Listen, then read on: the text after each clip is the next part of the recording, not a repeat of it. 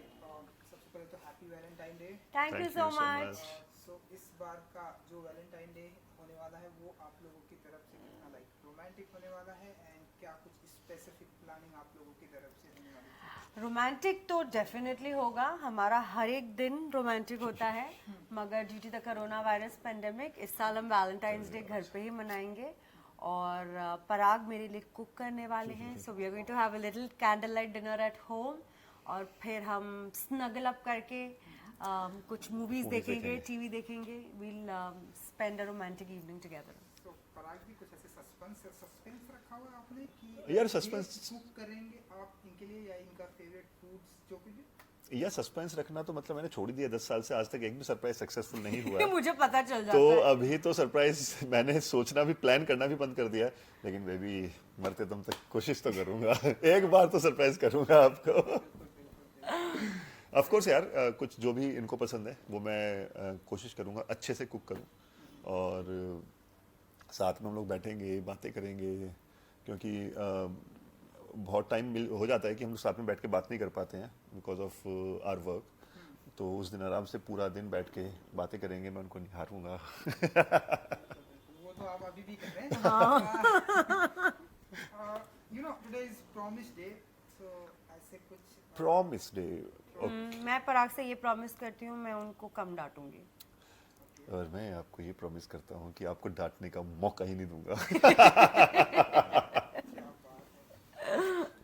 सो ऐसी कोई मेमोरी रहती है आप लोगों की, क्योंकि 10 साल आप लोग साथ में, तो ऐसी कोई मेमोरी रहती है जो आप लोग ऐसे कुछ शेयर करना चाहेंगे वैलेंटाइन डे के मौके पर? बहुत सारी मेमोरीज हैं जो हमारे लिए बहुत स्पेशल है, बट मेरे लिए खास करके एक मेमोरी बहुत ही ज़्यादा स्पेशल है। जब मैं बिग बॉस के घर में थी, मैं इनसे कम्प्लीटली कट ऑफ थी और 3 महीने के ऊपर हो चुके थे। मैंने इनको देखा नहीं था, यहाँ तक कि जो फ़ोटो फ्रेम्स भी मैं लेके गई थी अपने घर से, इनकी और मेरे फैमिली की, वो भी चोरी हो चुकी थी। तो मैं बहुत ही ज़्यादा घर को मिस कर रही थी, बहुत वल्नरेबल थी, घर में स्ट्रेस लेवल्स बहुत हाई थे, मेरी तबीयत भी कुछ ठीक नहीं थी, और फिर फैमिली वीक हुआ, और पराग घर पे आए और उनको देख के मैं इतनी ज़्यादा खुश हो गई, क्योंकि 10 साल से हम साथ में हैं ज़रूर, मगर ये पहला ऐसा मौका था जब 3 महीने हमने एक दूसरे को देखा तक नहीं था। एक दूसरे की आवाज़ तक नहीं सुनी थी। मैंने तो पराग को नहीं देखा था, पराग फिर भी मुझे टीवी पे देख लेते थे। तो मेरे लिए वो मोमेंट मैं कभी नहीं भूल पाऊंगी, जो मैंने फील किया था जब मैंने पराग को 3 महीने बाद देखा था, और मैं बहुत ही ज़्यादा, बहुत ही इमोशनल हो गई थी। एक्चुअली सेम ही है, बिकॉज हम लोगों ने कभी आज तक एक दूसरे से दूर नहीं रहे हैं। काम के सिलसिले में भी अगर हमें बाहर जाना पड़ता है तो हम लोग सुबह सुबह उठ के सोने से पहले फेस टाइम कर लेते हैं, आज वीडियो कॉल पे बात कर लेते हैं, फ़ोन पे बात कर लेते हैं, आप ठीक हो, सब कुछ है। और वो घर ऐसा था बिग बॉस घर में, ना तो उनका, मैं सिर्फ वेट करता था 10:30 बजने की कि मैं उनको देख पाऊँ कि वो ठीक है नहीं है, और दूसरी टेंशन होती थी वो 24 घंटे की फुटेज में से सिर्फ 1 घंटा देखते थे, और हो सकता है 23 घंटे में उनकी तबीयत कैसी है, वो सब टेंशन लगी रहती थी। और इनको तो ये भी नहीं पता था कि मैं ठीक हूँ, घर पे सब कुछ ठीक है। आधे से ज़्यादा टेंशन तो उनको यही रहती थी कि यार घर पे सब ठीक तो है, माइंड में चलता रहता है। तो मैंने उनको इतने टाइम तक नहीं देखा था, और उधर से वहाँ देख के जो वहाँ पर चीज़ें होती थी और ज़्यादा दिमाग ख़राब होता था और ज़्यादा परेशानी होती थी।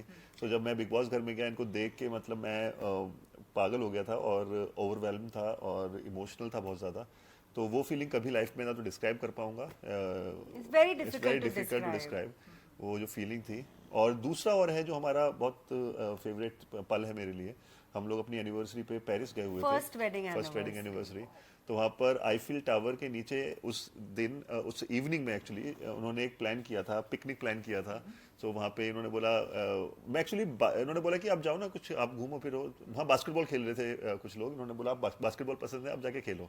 मैं वहाँ से वापस आया और थोड़ी देर में तो सब कुछ सेट था वहाँ पे, पूरा नीचे चटाई, उसके ऊपर खाना, बॉटल ऑफ ये सब वाइन, आपने प्लान किया था? उन्होंने। ओह, मैंने प्लान किया था। और आईफिल टावर के नीचे हम लोगों ने बैठ के सेलिब्रेट किया था। पिकनिक बनाई थी, हल्की हल्की बारिश पड़ रही बारिश थी, पड़ इट रही वाज थी, वेरी वेरी ब्यूटीफुल।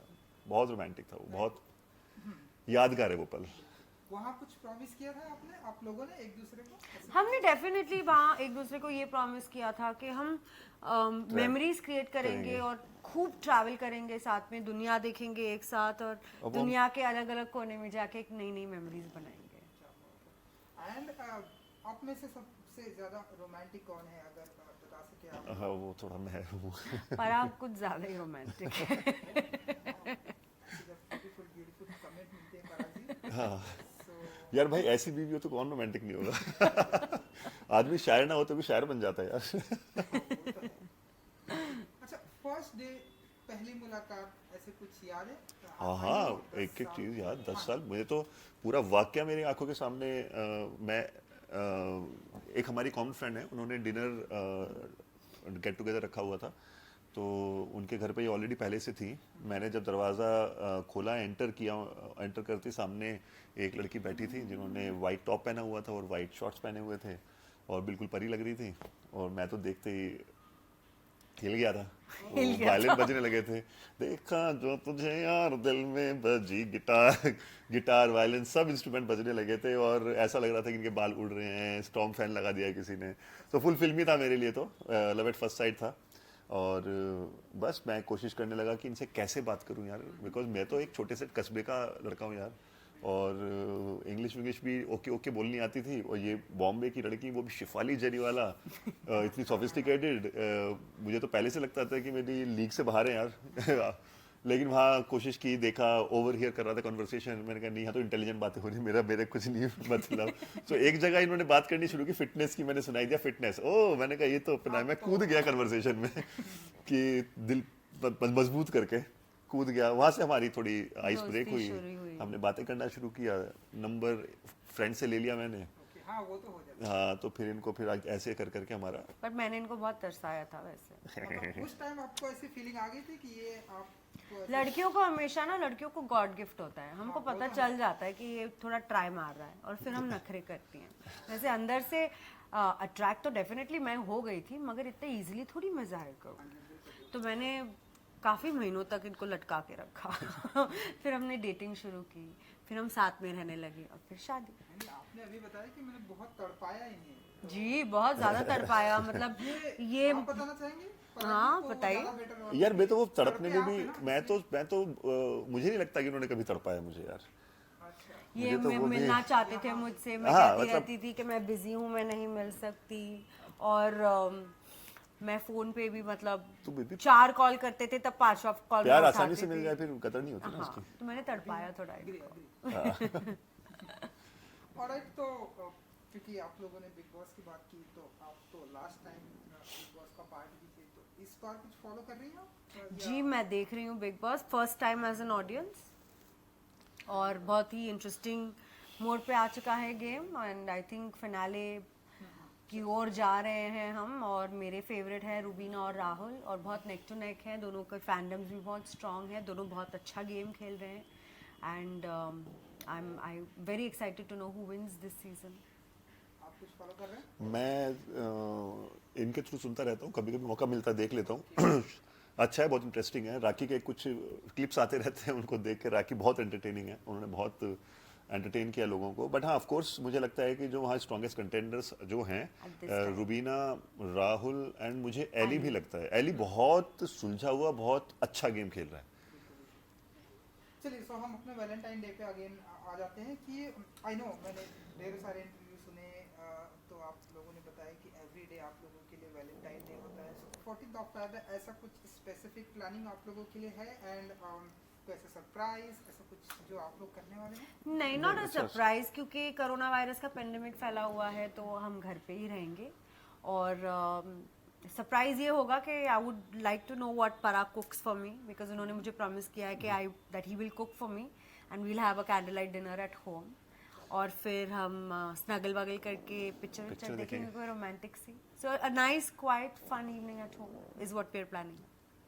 सो ऑडियंस को जिन्हें आपके अपकमिंग प्रोजेक्ट का आप बहुत ही बेसब्री से इंतजार रहता है कुछ कहना चाहेंगे ऑडियंस ऑफ कोर्स ऑडियंस मुझे एक बहुत ही इंटरेस्टिंग अवतार में देखेंगे मैंने शूटिंग ख़त्म कर दी है उस चीज़ की मगर मैं इसके बारे में रिवील नहीं कर सकती बिकॉज कॉन्ट्रैक्ट्स में अलाउ नहीं करते बट आई एम श्योर बहुत जल्द इसका जल्द ही अनाउंसमेंट हो announcement हो जाएगा और अबाउट पराग और वी विल टेल। मैं तो ऑलरेडी अभी 2 शो चल रहे थे नागिन और शक्ति आप लोग देख रहे थे नागिन अभी खत्म हो गया है शक्ति चल रहा है बाकी कुछ ऑफर्स हैं मैंने अभी तक फाइनल नहीं किया है किसको लेना है सो लेट्स सी बट बहुत जल्दी आपको न्यूज़ मिल ही जाएगी.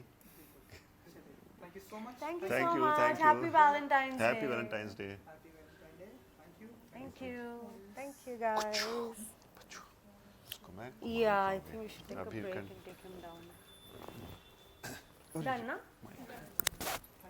Thank you. The boomerang of both of you together. Anything like you can hold the balloon. Okay. Simba. Simba. Maybe you want to do boomerang.